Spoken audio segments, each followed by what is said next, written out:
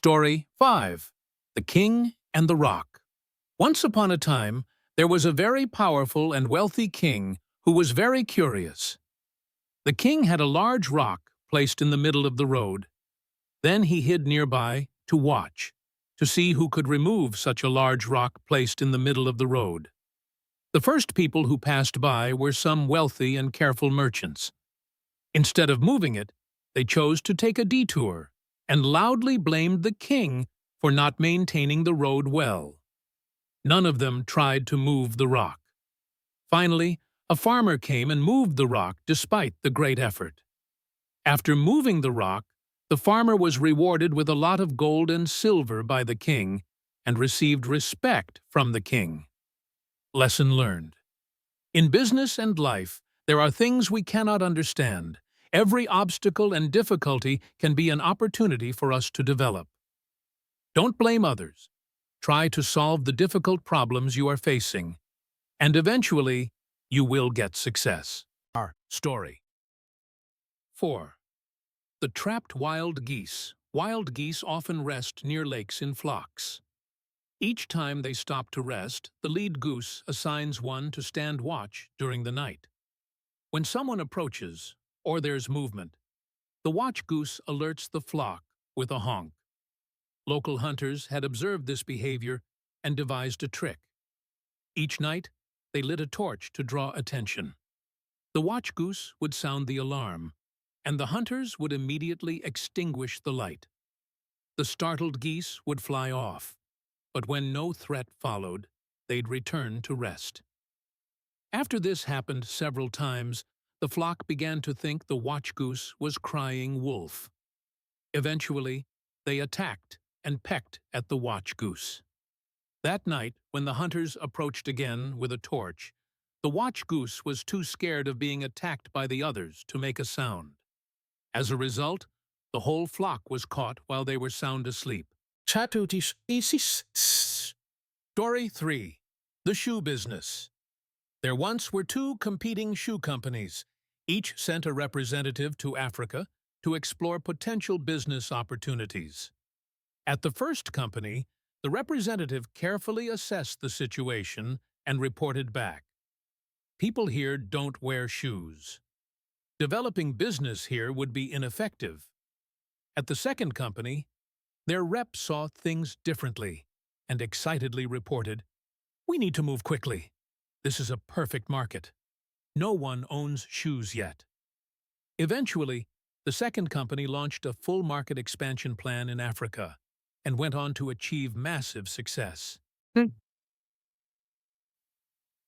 Story 2. The General Store Salesman. This is a story about a young man who had just been hired to work at a general store. At the end of his first workday, the store owner asked him, "So, how many customers did you sell to today?" "Just one," the new salesman replied. "What? Just one?" the owner shouted angrily. "Most of my staff sells to 20 or 30 customers a day. So, how much did you sell?" "Well, around $100,000, said the salesman. $100,000? The owner exclaimed in shock. "How did you sell that much to just one customer?" The new salesman explained, "Well, the man came in wanting to buy a small fishing hook. I sold him a medium and a large hook, too. Then I suggested he'd need some fishing lines, small, medium, and heavy, to catch different fish. When I asked where he was planning to fish, he said the coast, so I sold him a motorboat with twin engines.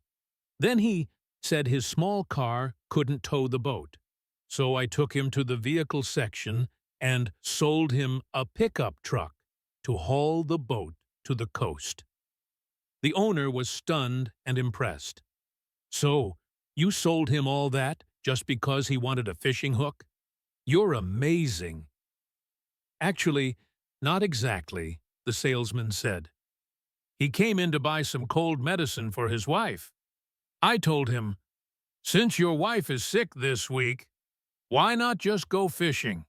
Story. The Blind Beggar. There was a blind man living in the midst of a bustling city. Every day, He tried to make a living with a simple sign that read, "I am blind, please help." He received some donations, but it was barely enough. On some days, he could only afford a loaf of bread. One day, a young woman passed by and noticed the blind old man sitting with an empty cup. She stopped, turned back, and wrote something on the back of his sign before placing it back down and walking away. From that moment on, he received much more money and support. The next day, the woman returned. The old man touched her shoes and recognized her. He asked, "What did you write?" She replied, "I said the same thing, just with different words.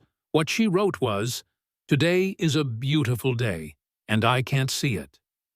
Moral of the story: sometimes all it takes is the right message to connect and influence customer behavior. If you enjoyed this video, make sure to hit that subscribe button and turn on the bell so you never miss an update. Thanks for watching, and I'll see you in the next one.